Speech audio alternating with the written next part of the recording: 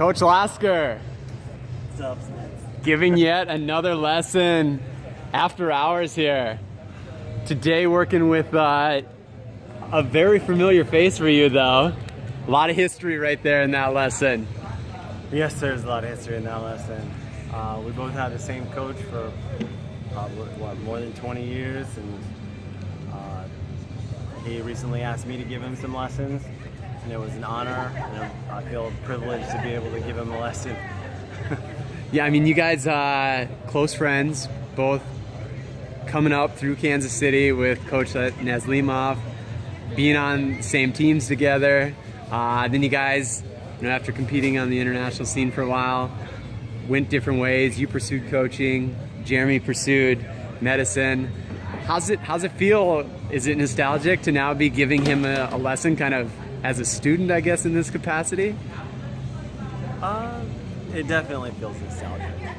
It seems that we've come full circle, like from starting off fencing together and competing, traveling the world, being best friends, competing in the same world championships, having to face one another in the quarterfinal, sadly, and then parting ways after both not making the Olympic team that we wanted to.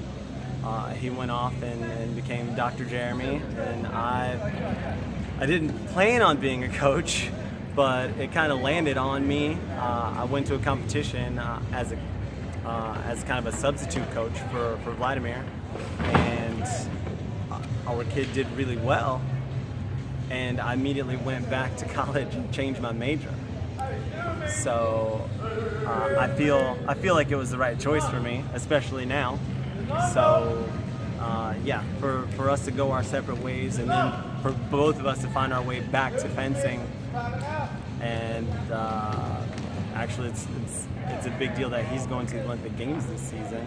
So I'm really happy and proud for him, and hopefully one day I'll get to go back as well in a coaching capacity. So we're kind of looking for alternate routes to get to our dream destination, which is the Olympic Games. Yeah, definitely.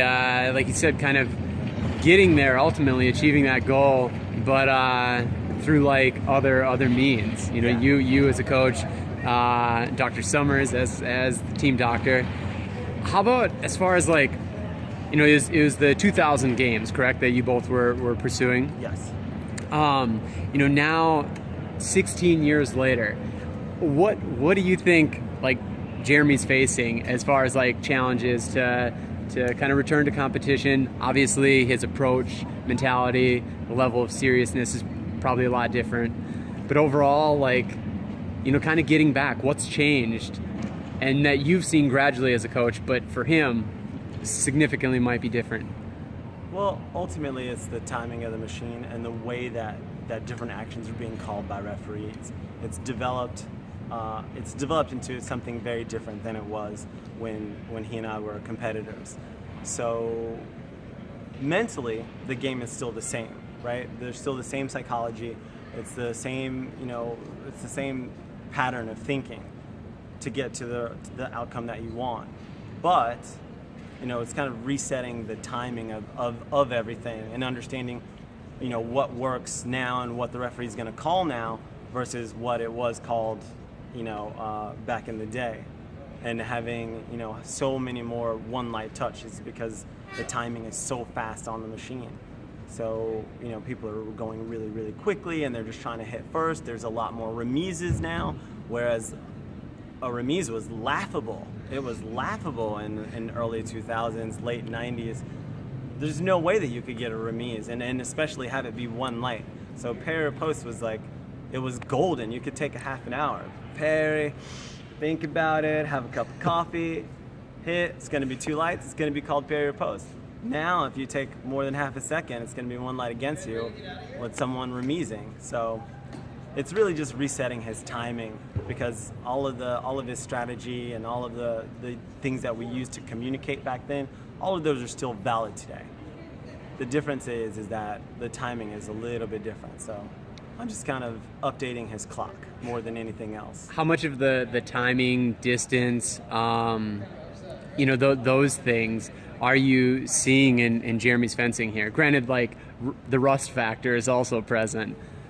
Yeah, Ultimately, I mean, he's practiced a little bit with the new timing, so he knows that that's a struggle, and the struggle basically is in attacking. He's really, really great at defending. That's not an issue at all. He's always been great at defending, but finding the timing to finish those attacks, that's where the trouble is at. So kind of teaching him some updated.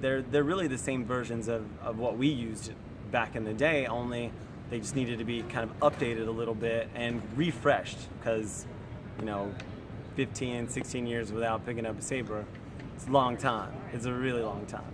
So what does Dr. Summers need to do in order to be successful on, what is it, Tuesday that he's fencing? Yeah, I think it's Tuesday. So he's got a few days now. Do you guys have lessons kind of penciled in for every day leading up to that? Every day leading up to that. And I'm gonna chisel away at the old habits that need to go, replace them with some new parts, and really try to keep his legs safe, because we're getting close to 40, so some adjustments need to be made with the footwork also. More blade actions, but really just modifying some of the more explosive actions so that they impact those joints much less. Right.